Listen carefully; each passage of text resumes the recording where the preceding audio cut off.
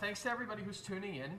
I do want to kick things off with this conversation by saying that this is really a continuation of what we were discussing at the December 20th, 2021 meeting.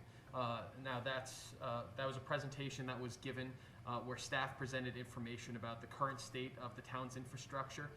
And just to quickly recap that. So we described for the group, for everybody who was listening in and who came to the in-person meeting at that time, that since fiscal year 2016, about $8.7 million has been spent on pay-as-you-go roadway improvements, and with state and federal grants accounting for about 51% of those funds.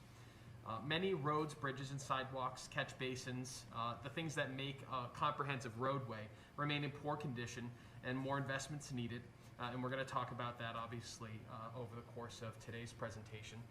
And the Board of Selectmen, after that meeting, and as part of some of the commentary on that presentation, asked town staff to prepare a presentation on what a faster-paced, increased investment in infrastructure would look like. And that's why we're here today. So just wanted to provide that brief exposition for you.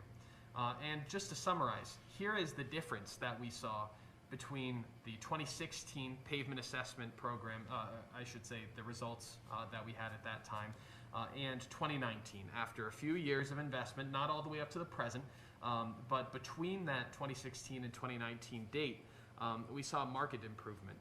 We saw certainly we went from 2% failed roads to just 1%. 50% roads considered to be poor as far as PASER rating goes to only 35%. So we saw decreases in those areas and increases. We saw a doubling in the number of roads that we characterize as excellent under the PASER rating model, and we went from 26% good roads all the way up to 33%. So we're making headway with the investments that have already been made. But the question is it really enough? And the conservative estimate of what it will take to bring all roads up to either a good or an excellent condition, while we have been able to make strides towards this goal, this overarching goal, the total estimated cost is $60 million. And I know that Jim Rollins here and Bart Clark have both said many times to me and also over the course of several presentations and conversations with members of the Board of Selectmen, they've been able to tackle the low-hanging fruit that's around. There have been some easier, smaller projects where they could bring something from an absolutely horrid condition all the way up to that good or excellent condition with the funds that they have available. That isn't necessarily going to be an option with every project, and we're going to talk a little bit more about that this evening too. So the question that was really posed at the last meeting was, do we speed up the pace? And I want to reemphasize this with a comparison.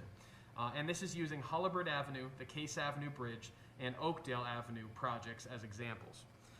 So in the past 5 years, with the current approach, the town has invested an annual average of $716,000 in roadway improvements. Again, that's on an annual basis.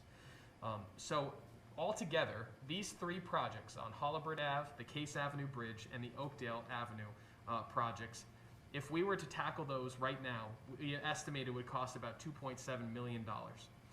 It would take 3.8 years just to tackle these three roadway projects alone, and that's without any money going towards any other items going towards our crack and chip sealing, towards other forms of road repair and maintenance.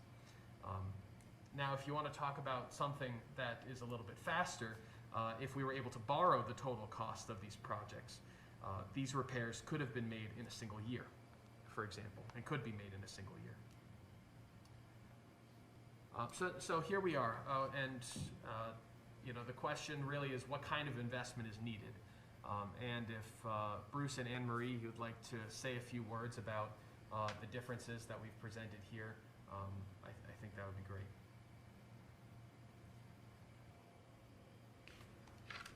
So there are advantages to both ways of approaching roadway repair. Obviously, if you pay as you go, you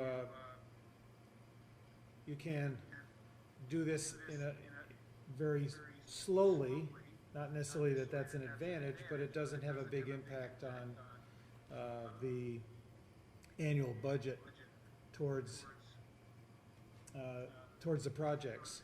However, if you borrow to get the funds available so that you can do one large investment on perhaps these 3 projects, then you can do the large projects in a shorter period of time. Borrowing also provides the advantage of providing a multi-year funding commitment where when you pay as you go, whenever you go to do the new budget year, the new annual budget, some things could be eliminated just because of the pressures from other areas in the budget, other department spending. Now, borrowing will usually involve debt for a 10 to 20-year payback period.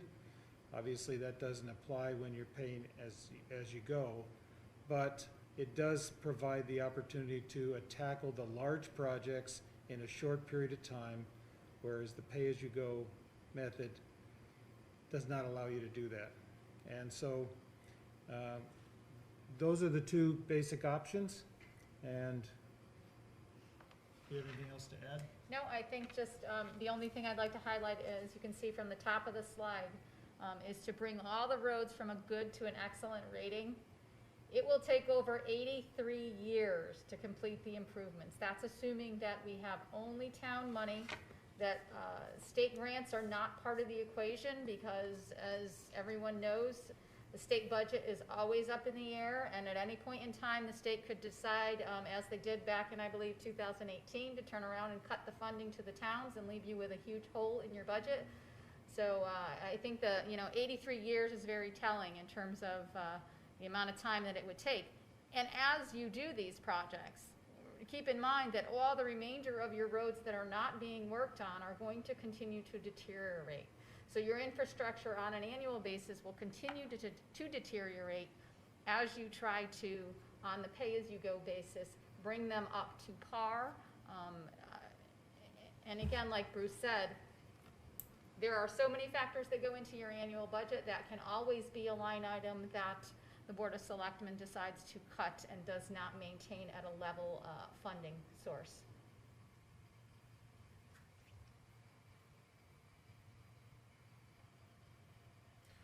So we are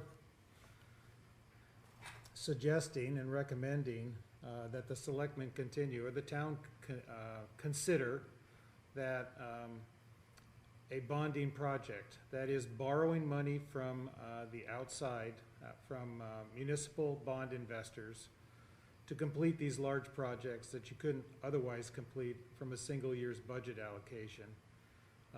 Bonding is very similar to like a home mortgage. Very few people can buy a house outright with cash.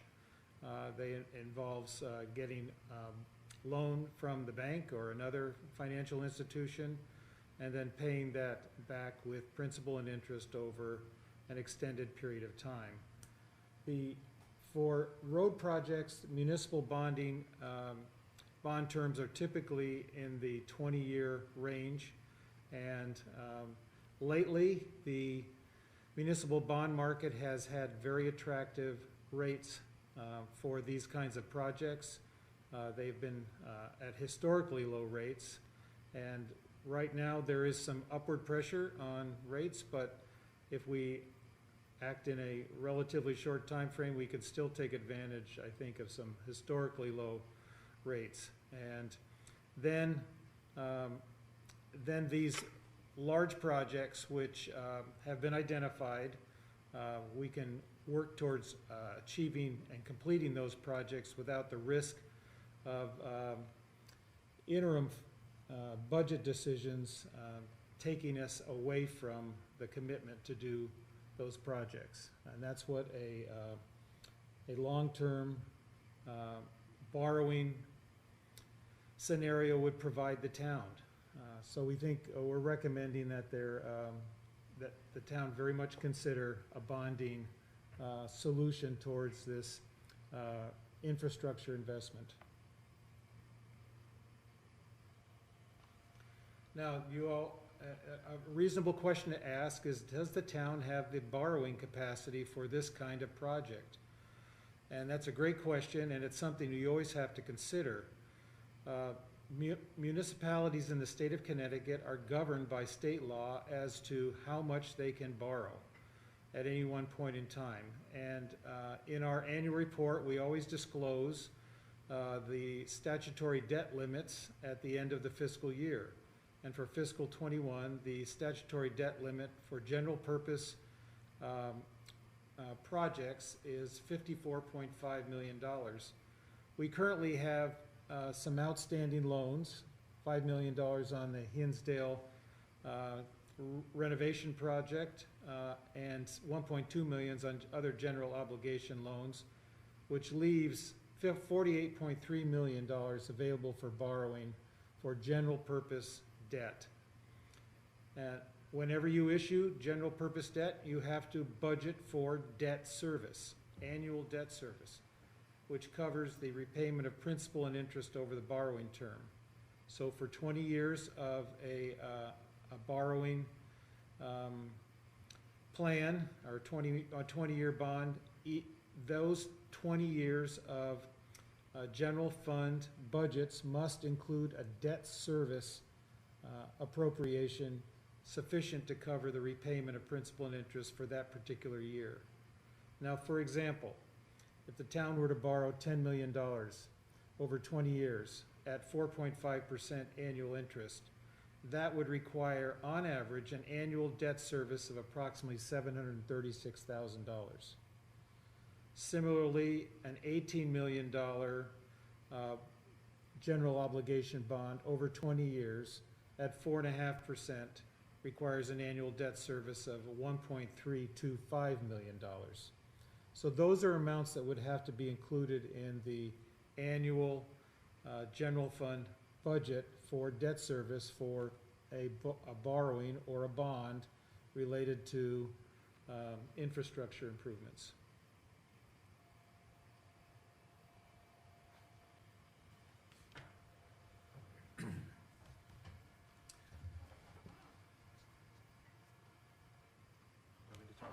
You can start it if you want, either way. Sure. So we're going to transition a little bit here. You've heard now a little bit about what conversation we had at our last meeting. You've heard a little bit about the financing behind what it would take to really move some of these larger projects forward. And now we would like to present to the Board of Selectmen a list of roads that could be completed in a reasonably sized project. Sorry, were we muted before? My apologies if we were muted before. So, I'll start again. Yeah, I think that we were. So just in case anybody couldn't hear me, I'll quickly recap. You've heard a little bit about where we were with our last presentation, and now you've heard a little bit about what it would take to finance a reasonably sized borrowing. So now we would like to present to you information about what kinds of projects could be included in this sized borrowing. So we have a number of different items that have been developed here that we have all taken into consideration as we've determined what projects are a priority and what projects aren't a priority. Because as you heard before, we have at least, at a minimum, $60 million worth of road work that could be done today. But the bottom line is we don't necessarily have the resources to handle, all of that at once logistically, and financially it would be too large an ask to go for all $60 million at once. So breaking this up into smaller chunks, we need to have an understanding of what roadways meet our definition of a priority for this possibility. So first and foremost, the comprehensive condition of the roadway and its features. That includes sidewalk, that includes the surface of the road itself, utilities underneath it, the drainage that accompanies it, and how all of these different factors play into the sustainability of that roadway too. For example, if you don't have good drainage, that roadway could deteriorate a lot faster than a roadway whose surface is cracked but has decent drainage. These are all synergies that we've been thinking about. I shouldn't say we, I should mean the experts on this, have really been considering as they've put a lens on what makes a project a priority. Some other ones for you. The safety conditions of the roadway have been accounted for in this list. Grant availability to help cover costs. I'll let, again, the experts speak a little bit more to that as we go along. The total expense of the project, that's something that we've already touched on in this presentation. There are some projects that are simply too large to take a bite out of in a single year's budget. We require some of these projects, if we want to have them completed in one go, they perhaps need to be a priority and need to be a part of a bond as opposed to part of your annual pay-as-you-go costs. Geographic diversity across different parts of town. We recognize that there are certainly more needs in certain pockets of town, but there's also a need to make sure that all of our residents are served, not just those in a select pocket any given place. Connectivity to essential facilities, that includes emergency shelters, schools, and the like. Traffic volume that passes over the roadway has been taken into account. Certainly there are a lot of roads that are in poor shape, but if there are a few cars going over them, that represents a different level of need than a road that has thousands of cars going over it every day. Synergies with other work, as we've described here, such as utility work, and project readiness. You know, how close are we right now with the legwork that's already been done by the great folks at Public Works and the consulting engineers that we have, to make sure that the project is designed, ready to go out to bid, and of course ready to be put into place. So that's just a short snapshot of really the very large process and the very time-consuming process that we put to this in determining which roads should be considered a priority in this case.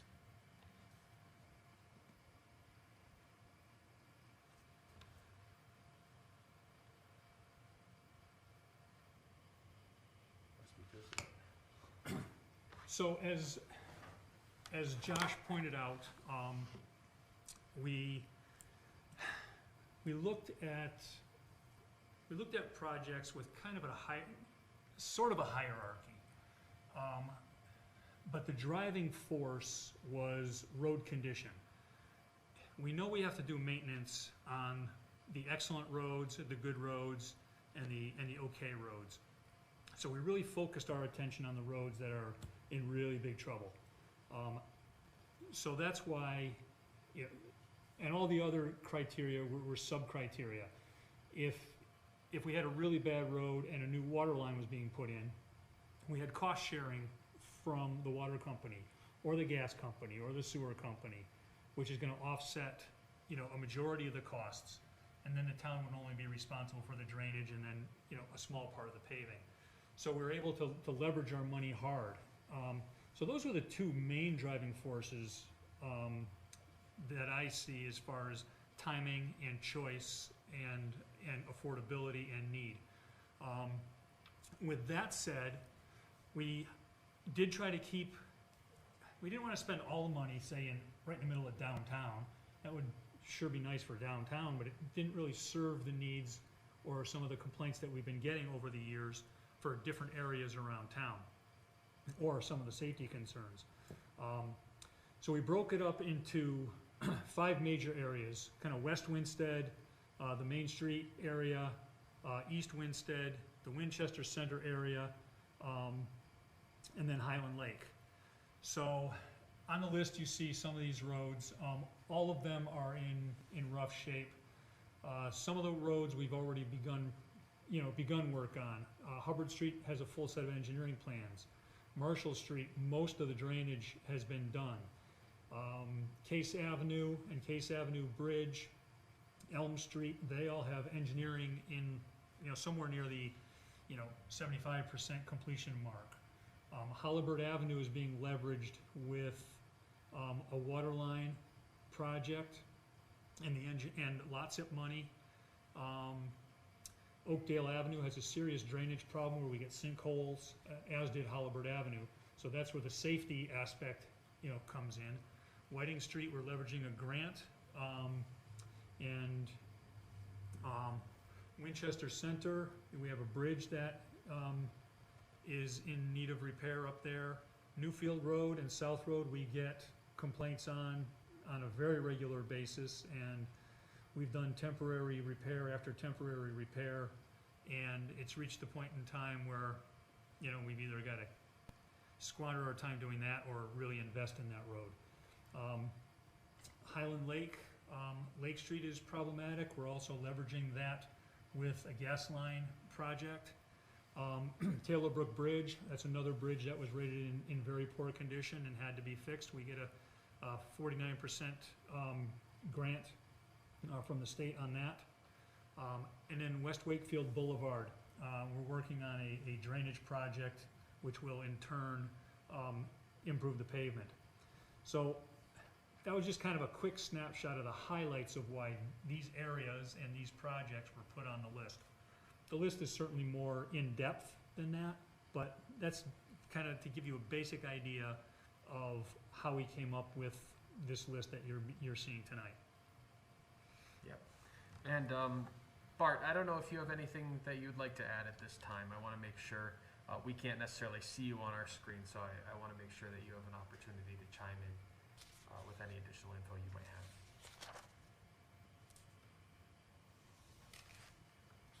But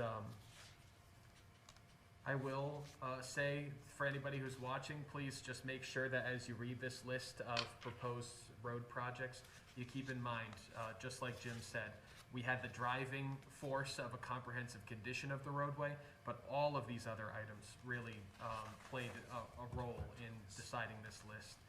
And I hope that everybody will see the need that drives these projects to be available, or to be a part of the project, I should say. So we not only have this list of projects listed by area of town, we also have a proposed outlook of when these projects could be completed. And this is bearing in mind that, or this is in the mindset of trying to complete this in a 5-year window. That's a goal, not necessarily a guarantee, and that of course is dependent on supply chain and a number of other things that we've all been experiencing in great depth this year. But that is the goal, to, if we were to move forward with this, have these projects completed within 5 years. And there is a map here that you'll see. And Bart, I don't know if you want to just speak to what folks are seeing on the screen a little bit.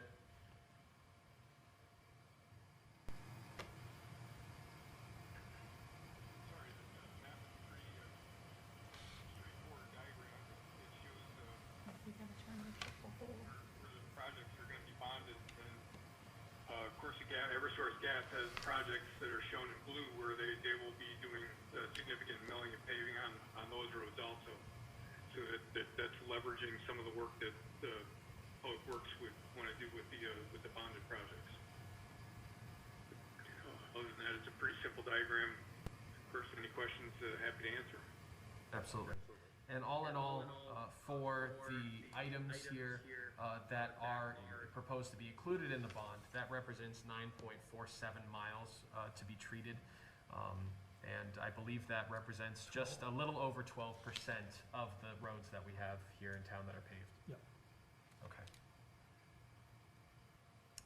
So a few other things to take into consideration, and I am going to turn this over to Jim and Bart to speak about a little bit more. But this, we want to impress upon everybody, the need for this extra work is above and beyond the amount of money that we're currently putting into the road work. We really want to stress to everybody who's watching and to the Board of Selectmen that in order to make this as successful a project as possible, we need to both invest additional dollars into road work and repair in the manner that we just described, and we need to maintain our current level of road maintenance with that average of $716,000 per year. And this is an example of the road work that's already being proposed for the upcoming year, which would be handled out of the maintenance budget. But I'll let you speak to it a little bit more. Sure. So the list you see in front of you, out of that $716,000 average that we put into, pay-as-you-go maintenance or road work, we do a lot of different things. But probably the best bang for your buck is when you do a crack seal, which is those kind of black little snaky things that get painted on the roads to stop the water from infiltrating into the cracks. And then the chip seal, which is the asphalt layer covered with little tiny stones which seals the rest of the pavement and adds a little bit of a wear surface by the stone. Surprisingly enough, the reason that asphalt fails is because the oils in the asphalt evaporate into the air over time. So the chip seal is intended to keep those oils in the asphalt and keep the asphalt flexible so that it can move under the wheels and tires of trucks and cars and so forth, frost heaves. As soon as that dries out, it becomes, brittle and cracks, and the deterioration is pretty quick. So we have to do this. This is one of the reasons that our road infrastructure has deteriorated to the point that it's at. Is this aspect of just routine and preventive maintenance was ignored for over a decade. So the roads didn't stand a chance. Even if it was the best workmanship, the asphalt just deteriorated and couldn't do its job anymore. So this work is absolutely essential, and its cost per mile is so cheap for what you get. If you can keep a road with crack seal and chip seal in a decent condition, it'll pretty much stay that way for twice as long as it would without, and that prolongs your expensive treatments like we are proposing for all these roads that are on the list. So this kind of work, along with some basic drainage work and tree work, has eaten up most of that $716,000 a year. So it's just because this isn't bonded, it needs to continue. We're gonna lose ground on all the work that we've done over the last 7 years that I've been here.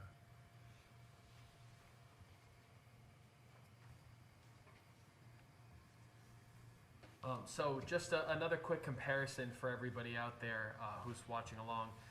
So just as an example, if the town chose to stay the current course, not increase investment in roadways, and they decided that they wanted to invest in these projects that we've laid out, it would take approximately 21 years to complete the priority road work. And that's without any other maintenance work being done. So like Jim said, that would mean decades of neglect on the roads that are already in excellent and good condition. That would mean that those roads are going to deteriorate greatly in that time. And again, that's only the items that are on that list. Our goal would be to complete this work that we've outlined in 5 years through bonding and keep up with all of the preventative maintenance, as Jim just described. Now there are, additionally, while we're moving into the realm of possibly borrowing some money, there are some other large capital projects that the town has been considering taking on and that need to be taken on. And the time to really move forward with some of these larger projects is when we already have a possible bonding in this case, or a possible borrowing, just to use more common terminology, ready to roll. And there are 3 different projects that we would like to bring to the selectmen's attention today for consideration that aren't truly road projects, but do relate in many ways. So the first of those is to cover essential sidewalks. And as you can see here, this is over on the right-hand side. This is a picture I took actually just a little over a week ago, maybe 2 weeks ago now, which is of Main Street here in Winston. We have a number of really essential sidewalks that are in disrepair. These are sidewalks that connect us to our core commercial sector. These are sidewalks that connect us to emergency shelters, to warming and cooling shelters when there's extreme weather, to our schools, to the places where we work and where we eat. And while town laws currently require the abutting property owners to repair the sidewalks, it's really in the town's long-term interest to carefully select sidewalks that it deems to be essential, invest in their repair. The time to consider these repairs is really now, my understanding, and Bruce, certainly you can jump in and speak a little bit more about this if you'd like. But my understanding is that it costs somewhere between $100 and $150 per linear foot to really address the sidewalk that's in need of crucial repairs. Yeah, so we thought that if we could allocate $600,000 to these priority sidewalks, then that would allow us to repair approximately 4,000 linear feet. That wouldn't replace every sidewalk from beginning to end, but it would address those sections of the sidewalk that are hazardous or that are failing, and that would allow us to provide a pretty good network along Main Street and up to the two schools, and even over to North Main Street. And so there would be pretty much a fairly good loop or two for walking and for recreation and for essential travel for pedestrians from the downtown area up to the schools and out to the college and such. So 4,000 linear feet would be able to be repaired with $600,000.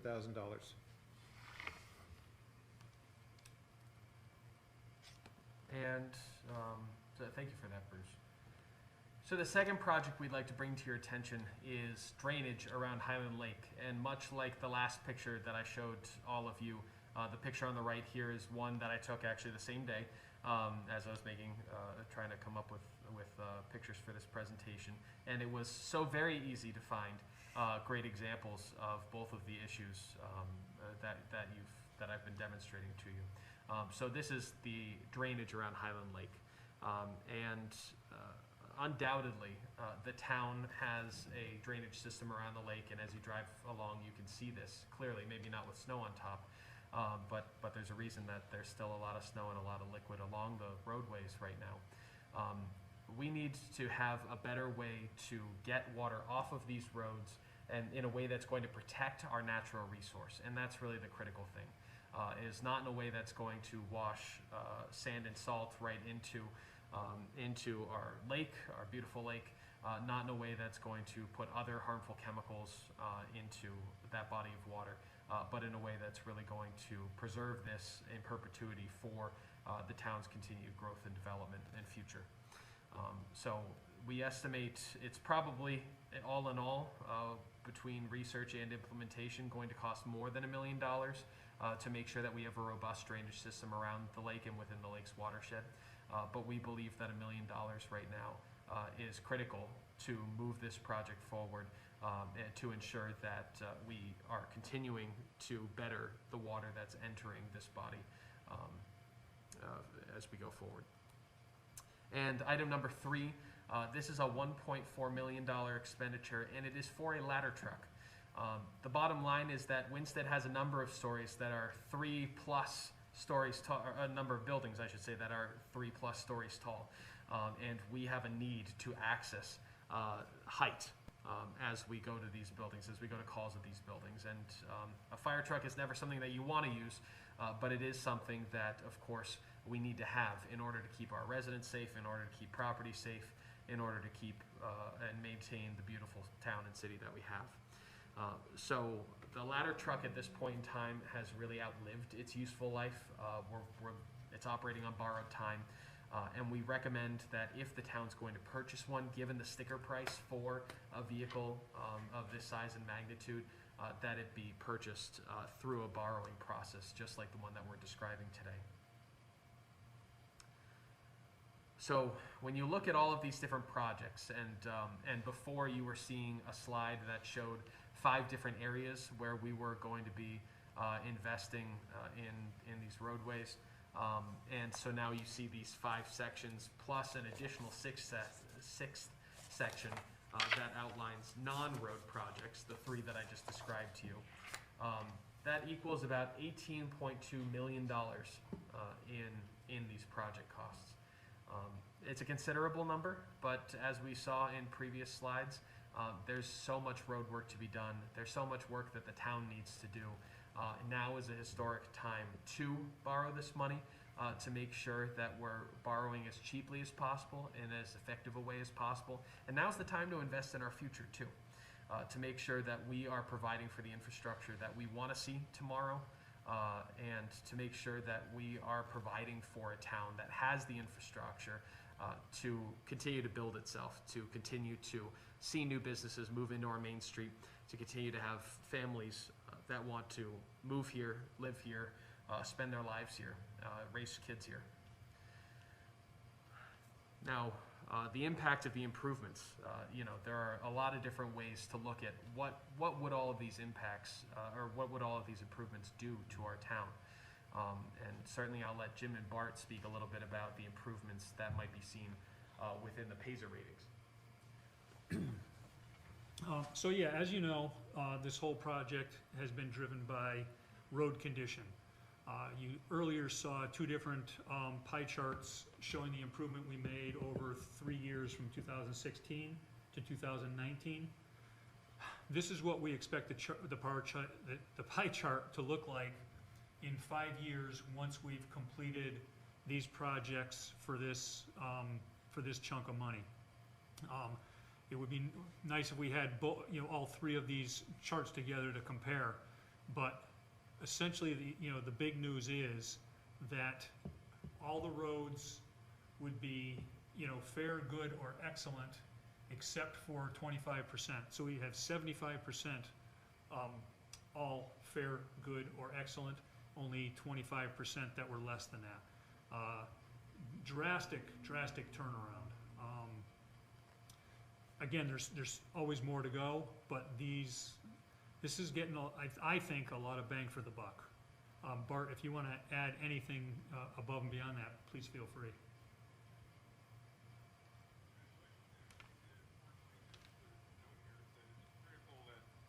Regular maintenance continue while we do these things, because if all of our fair roads end up being poor by the end of the bonding, all the bonded projects are done, then we really wouldn't have gained as much as we had hoped.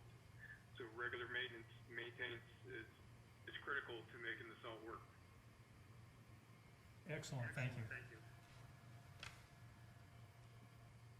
But certainly there are other ways to measure the impact of improvements too. We can talk, the PASER ratings alone don't necessarily reflect the fact that our town roads would become safer and easier to traverse. Perhaps they do represent the fact that they'd be easier to traverse, but safer certainly. Residents and businesses are going to be more attracted to the town thanks to an improved image. We're working towards a long-term goal of minimizing needed annual road maintenance costs. Right now, in order to keep things the way that they are, we need a certain amount of money, and if all the roads were in pristine condition, we wouldn't need the same amount of annual road maintenance. We're talking about improving property values all around town, and the non-road projects provide pedestrian safety, cleaner water in Highland Lake, and improved fire safety.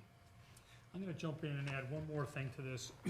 I had actually edited it into the program, but it must not have made the final cut. This weekend, or the last couple of days, is the perfect example of what I'm going to highlight. If you have a flatter, smoother road, you can plow it more quickly and use a lot less sand and salt. So especially around the water bodies, Crystal Lake, Highland Lake, Rugbrook, any road for that matter, because all that water does end up in a water course somewhere. But you'll save money because you'll be able to plow them a little more quickly. You'll scrape the snow off instead of having to melt it off, which means we're buying chemicals and putting that into the environment. So there's a lot of benefits that people might not notice, all due to improving the road surface.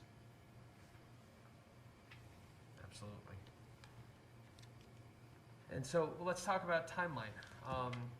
The total infrastructure investment costs, actually, I'm sorry, I started to jump into this, and I'm happy to talk about it, but You're welcome. I'm realizing that we have the finance, of course, our finance experts over here who can talk much better about it, so I'm going to turn it over to them. So as Josh has highlighted and Jim have highlighted, obviously these projects can't all be done over a one-year period of time. The projects are going to continue over a period of the next probably 5 to 6 years. The goal being 5 years, but seeing contingencies can happen. The goal is to get these done. So how do you structure your borrowings? You typically will not borrow the full amount. So for example, if you were to go out for an $18 million bond, $15 million of that on roads. You are not going to go out and borrow $15 million at the get-go, because you're not going to spend $15 million. You're going to spend in specific tranches as the projects progress. So if you chose over a period of every 2 years, you draw down the money that you need on an as-needed basis. So you would go out to the bond market, not all at one time, but you would issue this debt in varying time periods. So you take on, say, for example, a $5 million debt as you begin the project, or a year or so into the project as you go to bond that. You start your repayment on that sooner than you would start, obviously, the last $5 million, say 5 years down the road. So you are taking your debt and expanding that out by not having it all up front, but you are matching your debt service with the actual project, and you're not paying for things prior to the actual work being completed.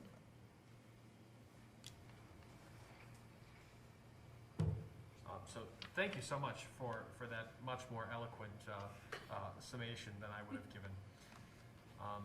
But I'll talk a little bit more about next steps and a communication plan, because the bottom line is that the town hasn't seen this kind of investment in its infrastructure in decades at this point.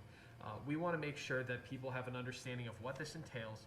We want to make sure that everybody is aware of the plan and what it would take to move it forward, what kinds of steps we need to go through in order to consider and then authorize such a plan to proceed. First and foremost, if the town does decide that it wants to pursue bonding for large projects, it needs to do the following before April 18th. It needs to hold a public hearing on the proposed plan and take feedback from the public. We're going to launch a website loaded with information about the proposed road and non-road projects outlined in this presentation. That's going to include some detail sheets about each individual project that gets really in-depth, a frequently asked questions page, and much more. We want to hold multiple information sessions about this proposed plan in various facilities around town. We want to make sure that regardless of accessibility, regardless of time availability, we want to make sure that people have the opportunity to hear this. So we'll hold these sessions in a variety of different manners, in a variety of different locations.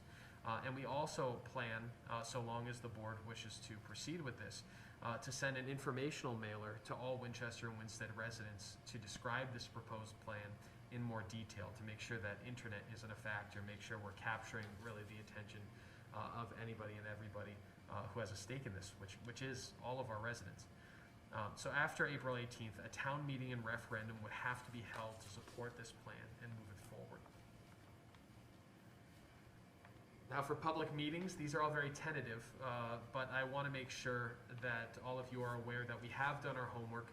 We have a list of proposed locations and times and days when we would be able to meet to discuss this matter in more depth. So first and foremost, we would propose the fifth Monday of the month, yes, the fifth Monday of the month is Monday, January 31st. We would propose that we hold a separate public hearing here at Town Hall or virtually if need be, to discuss this matter in more depth, to invite the public to have more conversations about it, about the plan that we've proposed here today, or a plan that has some small amendments from the Board of Selectmen. On Thursday, February 3rd, we have contacted the Winchester Center Congregational Church, which is ADA accessible, and we do have the opportunity to make use of that space for a separate, smaller public meeting. The Little Red Barn Brewery is open to these types of meetings, and we do have a penciled-in date, although I was informed today that we may have a scheduling conflict with Water and Sewer Commission, so we're going to check on that one, hence the asterisk, and see if that day really works. On Thursday, February 10th, we have an opportunity to make use of the Senior Center, and then really any time, but of course, we want to make sure that we have a virtual Zoom meeting so that folks who can't attend in person, aren't comfortable attending in person, still have an opportunity to do that, or maybe even just don't have time to attend in person. So that will really cover our bases, make sure we're touching base with people all around town, and touching base with them in a variety of mediums. You know, we do have some information in our appendix. I'm happy to go through more detailed information or answer questions that the Board of Selectmen might have. But at this time, that concludes our presentation.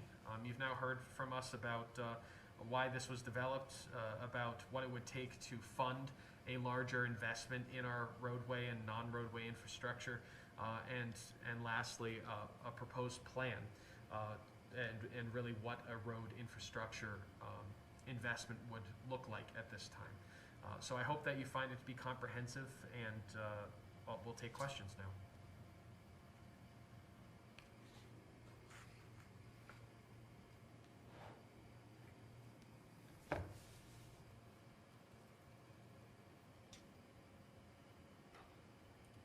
All right, I see a few hands up. I did see Jack's first. Josh, on slide 24, can you just explain a couple differences of the time period?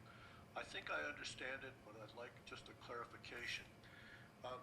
The first bullet point says the town needs to decide by April 18th. The last bullet point says after April 18th, a town meeting and referendum would have to be held. If we're looking at the town needs to decide by April 18th, do we not therefore need a town meeting and a referendum to be held by April 18th? No, we would not need a town meeting and a referendum to be held by that date. Now, You have to, the selectmen need to move this to a town meeting. right. And then a referendum. You're muted. That's right. So the Board of Selectmen would need to schedule those items, the town meeting and the referendum, and that process needs to begin by April 18th. So we need to have a commitment from the Board of Selectmen as to whether they would like to proceed with these motions moving forward by that date. But we do not need to have the town meeting and referendum completed at that time. So what you mean by the first bullet point, that the Board of Selectmen needs to make that approval? That's right, and I apologize for any confusion.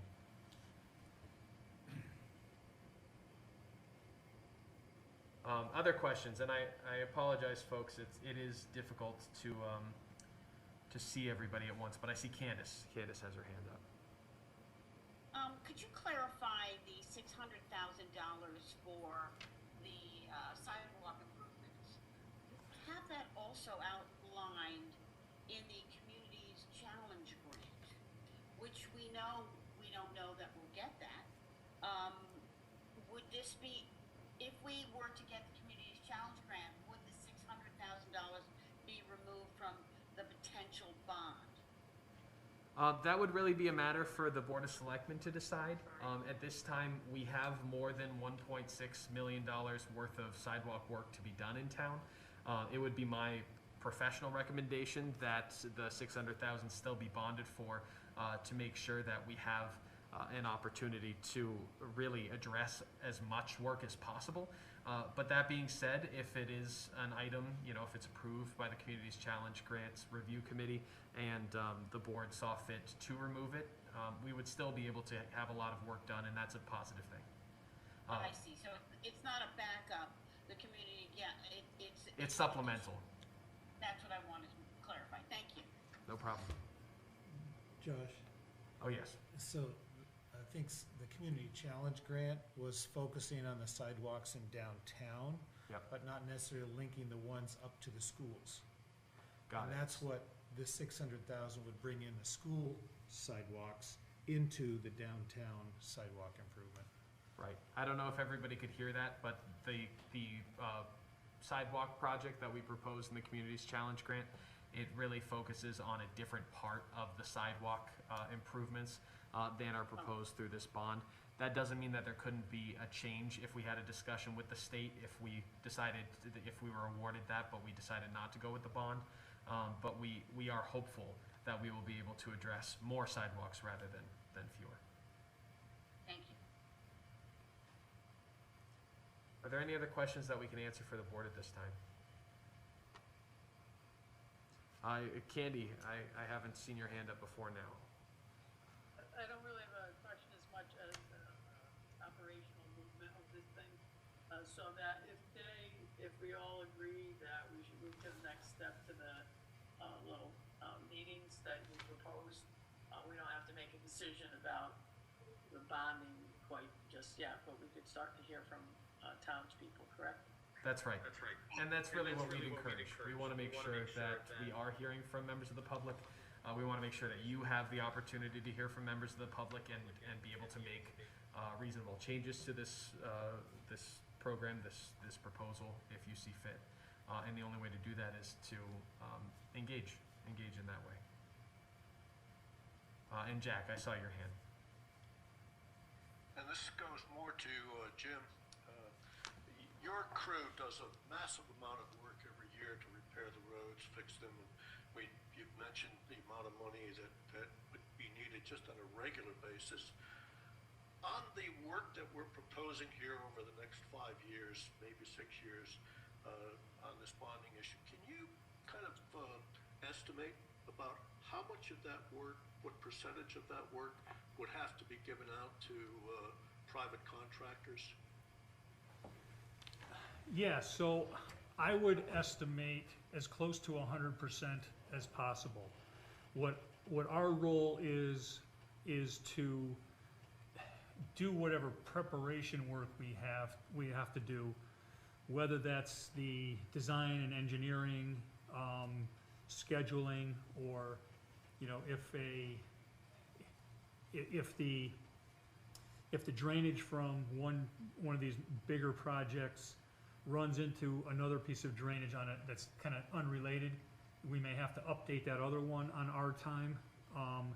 But all these big capital projects are really, my crew's interaction is really just going to be supportive and only as needed. Thank you, Jim. And to further that point, that's just going to make sure that their crew is open to tend to the preventative maintenance that really needs to be done on the roads all the more. Are there any other questions that we can answer at this time?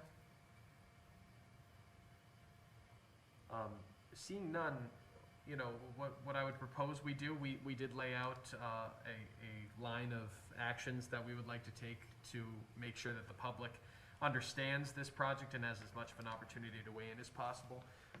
If the mayor would look favorably on it, we would recommend that the next meeting be set for 2 weeks from tonight at 7 o'clock here at Town Hall, if possible, virtual if not, to discuss this further. 2 weeks from tonight or 2 weeks from last night? Oh, I apologize. 2 weeks from last night. Hey, I'm okay with that. Is everyone else okay with that? Yes, definitely, special meeting. All right, this is the town's chance to talk about the infrastructure plan. So, January 31st at 7 p.m. Do we need a motion for that? Or just set the special meeting? All right. It'll be a special meeting, January 31st. Moving on, anyone else? I think you might wanna think and just give us the consensus to Josh and Jim and staff to continue with the meetings as he outlined in the, Winchester Center, at the barn, senior center, et cetera, through the month of February. I'm in agreement with moving forward with the communication plan as outlined by Josh. Ditto on that. Absolutely. Okay.